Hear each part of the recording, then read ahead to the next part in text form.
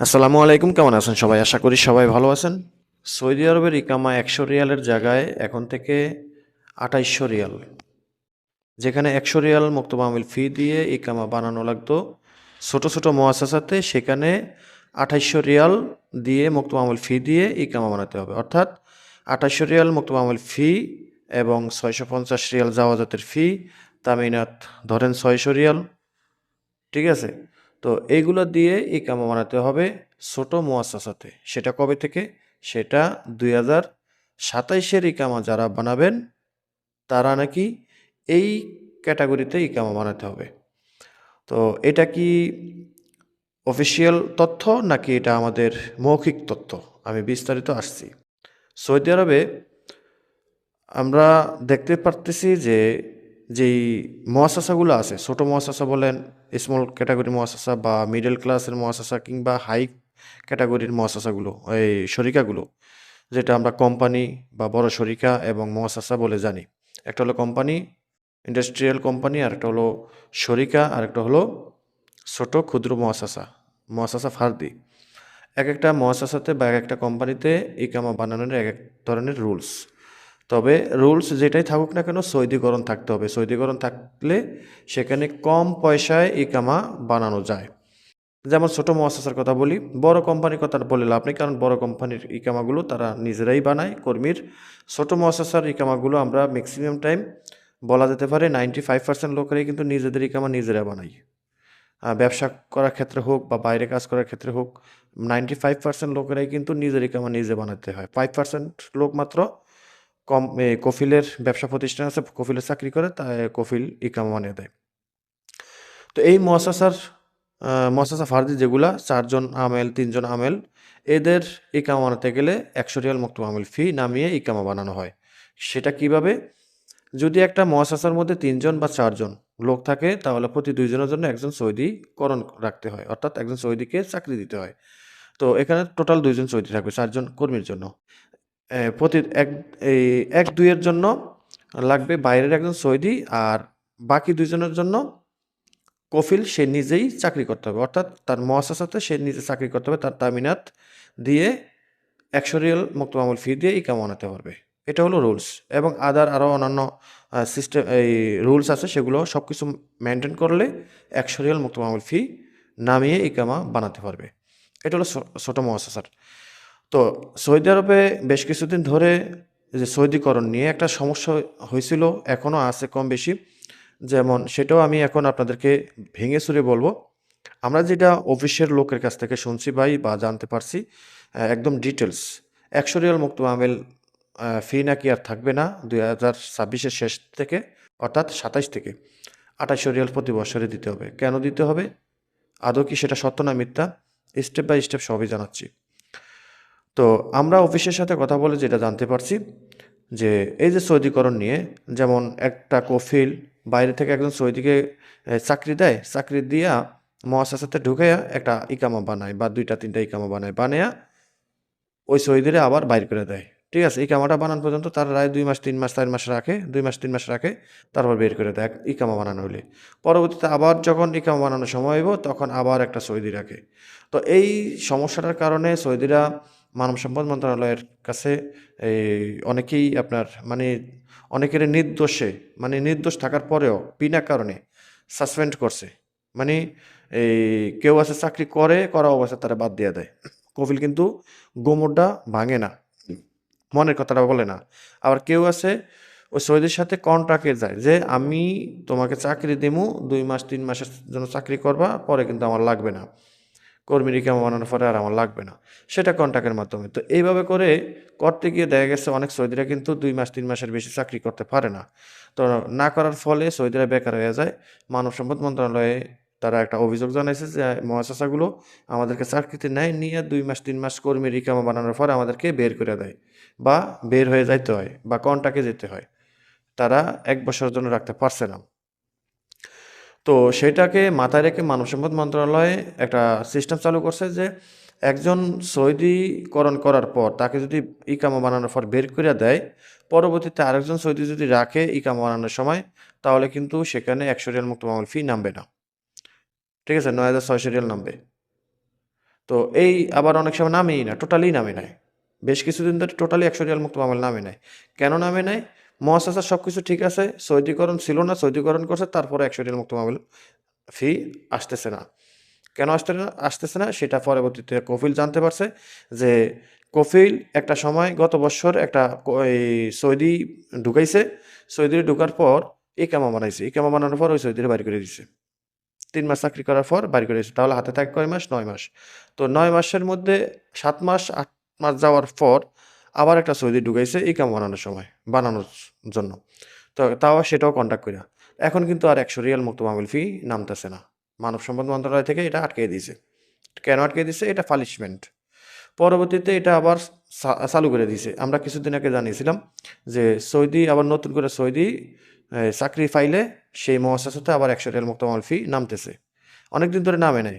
১-২ মাসের ১.৫ মাসের মতো নামে নাই। কিন্তু আবার নামা শুরু করছে। সৌদিকরণ করলেই ইকামার ১০০ রিয়াল মুক্ত মামুল ফি নামা শুরু করে দিছে। ঠিক আছে? এখনো কিন্তু সেটা চলমান আছে।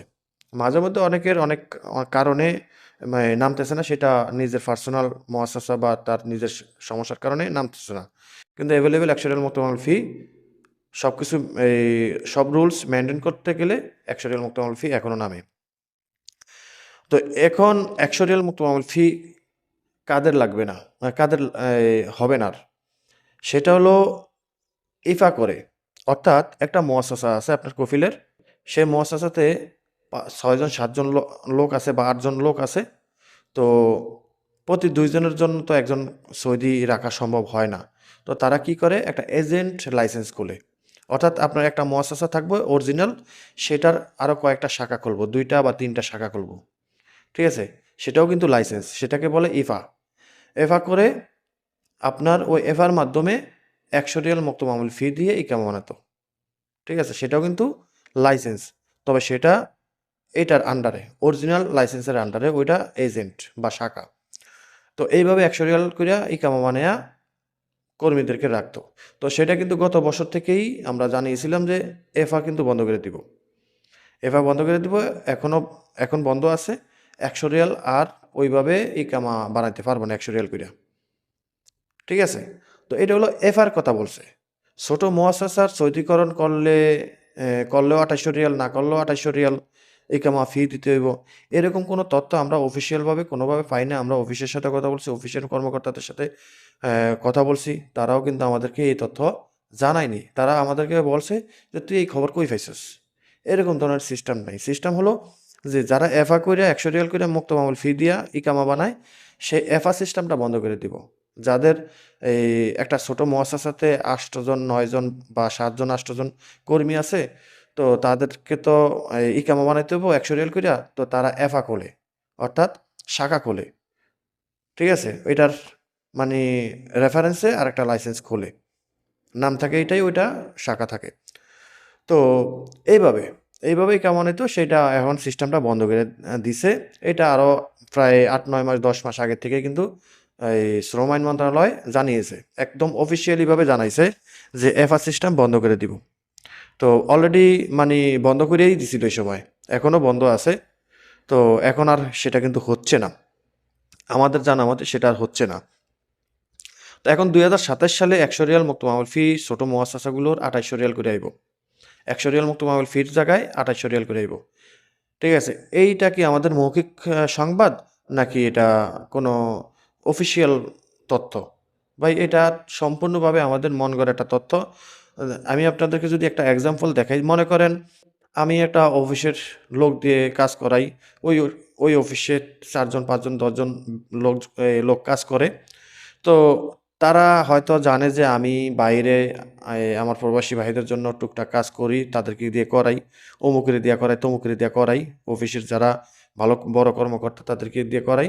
তো হঠাৎ একসময় একজনের সাথে বিভিন্নভাবে কথাবার্তা আলোচনা হলো। সে আমার একটা মন গড়া তথ্য দিয়ে দিল। সে কিন্তু একজন অফিসিয়াল লোক। সেও কিন্তু এটা অফিসিয়াল কোনো তথ্য দেয় নাই। সে কিন্তু আমাকে তার মন গড়া একটা তথ্য দিয়ে দিছে। যেন আমি এটা ছড়িয়ে দেই। ভাই দেখবেন সৌদি আরবে অনেক সৌদিরা কিন্তু টিকটকে বিভিন্ন সময় বিভিন্ন টিকটকে ভিডিও ছাড়ে যে ১০০ রিয়াল মুক্ত মামুল ফি বাদ, সৌদি আরব থেকে এখন ফ্রিতে দেশে যাওয়া যাবে। বিভিন্ন ধরনের রিউমার ছড়ায়। এইটারে আবার কেন্দ্র করে আমরা বিভিন্নভাবে প্রচার করি ফেসবুকে, ইউটিউবে, টিকটকে। তো ঠিক এরকমটাই আমার মনে হয় যে কেউ একজন তার নিজের মন গড়াভাবে আমাদের মতো একজনকে বলছে যে এই 2027-এর ইকামা আনতে গেলে 2800 রিয়াল করে প্রতি বছরে ইকামা ফি দিতে হবে। দেখেন এটা যদি বাস্তবায়ন হয়ও বা এটা যদি আমি ধরে নিলাম এটা সত্য কথা, আমি ধরে নিলাম এটা তথ্যটা সত্য, কিন্তু সত্য হইলে তো মানব সম্পদ মন্ত্রণালয় এটা তারা প্রকাশ করবে। আদৌ তারা এটা প্রকাশ করে নাই। সৌদি গেজেট আছে, আরব নিউজ আছে, তারপরে জাওয়াজাতের সাইট আছে, শ্রম আইন মন্ত্রণালয়ের ওয়েবসাইট আছে, তাদের তথ্য ভাণ্ডার আছে, হ্যাঁ, আফসেরের তথ্য ভাণ্ডার আছে। বিভিন্ন ওয়েবসাইটে আমরা ঘুরি কিন্তু কোথাও এটা সংবাদ নাই। সংবাদটা কোথায় থেকে এসেছে? আমরা আমাদের মৌখিকভাবে মন গড়া একটা তথ্য আইছে। তাও আমরা অফিসের কোনো এক সৌদির বা কোনো এক কর্মকর্তার মুখ থেকে শুনে এসেছি। আদৌ কি সেই ব্যক্তি আমাকে এই সংবাদটা কোনো অফিসিয়াল সংবাদ দিল নাকি সে তার মন গড়া সংবাদ দিল? এটার কোনো ভিত্তি নেই। এই তথ্যটার কিন্তু কোনো ভিত্তি নেই। তাহলে এগুলা নিয়ে আমরা বিভ্রান্ত হওয়ার কোনো কারণ নাই। 2027 সালে ইকামা ফি কত আসবে সেটা 2026-এর লাস্টে নভেম্বর-ডিসেম্বরে জানা যাবে। 2026-এর নভেম্বর বা ডিসেম্বরে জানা যাবে যে জানুয়ারি মাস থেকে 2027 জানুয়ারি থেকে সৌদি আরবের নতুন ইকামা ফি কত আসে। আপনারা গুগলে সার্চ দিলেও জানতে পারবেন যে 2026-এর 2027-এর ইকামা ফি কত। তো আপনারা জানতে পারবেন। এইটা নিয়ে আমরা বিভ্রান্ত করার কোনো কারণ নাই, হওয়ারও কোনো কারণ নাই। এতে করে আমরা বিভিন্ন সময় বিভিন্ন সমস্যার মধ্যে পড়ি। দেখেন, ছোট মুআসাসাগুলো 2028 সাল পর্যন্ত একটা মেয়াদ দিয়েছে সৌদি শ্রম আইন মন্ত্রণালয়। 2028 সাল পর্যন্ত ছোট মুআসাসাগুলো রানিং থাকবে। 2028-এর পরে কি করবে সেটাও কিন্তু তারা প্রকাশ করে নাই। 2028 সালের পরে কি ছোট মুআসাসাগুলো গড়ান্ত বন্ধ করে দিব? নাকি এটারে আবার আপগ্রেড করব নাকি আপডেট করব? ঠিক আছে? আপগ্রেড করব নাকি আপডেট করব? আপডেট এবং আপগ্রেড ২ টা কিন্তু ২ রকম। ২ টার কাজ ২ রকম, আবার একরকম বলাও যায়। তবে এটার মধ্যে কিছু পার্থক্য আছে। তো এখানে যদি আপডেট করা হয়, ২০২৮ সালে যদি ছোট মুআসাসাগুলোকে আপডেট করা হয়, আরও উন্নত করতে গিয়ে যদি কিছু অ্যা সমস্যা বাড়ে আমাদের জন্য, তাহলে সেটা আমরা জানতে পারবো 2027-এর নভেম্বর বা ডিসেম্বর বা 2027-এর জুন মাসের পরে আমরা জানতে পারবো। কথা কি কিছু বুঝছেন? আর 2027 সালের ইকামা ফি 2800 রিয়াল আসবো নাকি 100 রিয়ালই থাকবো? এটা আমরা জানতে পারবো কবে? এটা আমরা জানতে পারবো 2026-এর জুনের পর থেকে। আগস্ট, সেপ্টেম্বর, অক্টোবর, নভেম্বর যেকোনো একটা সময় থেকে আমরা জানতে পারবো। সৌদি গেজেট থেকে প্রকাশ করব কিংবা আরব নিউজ থেকে প্রকাশ করব, টুইটার থেকে প্রকাশ করব।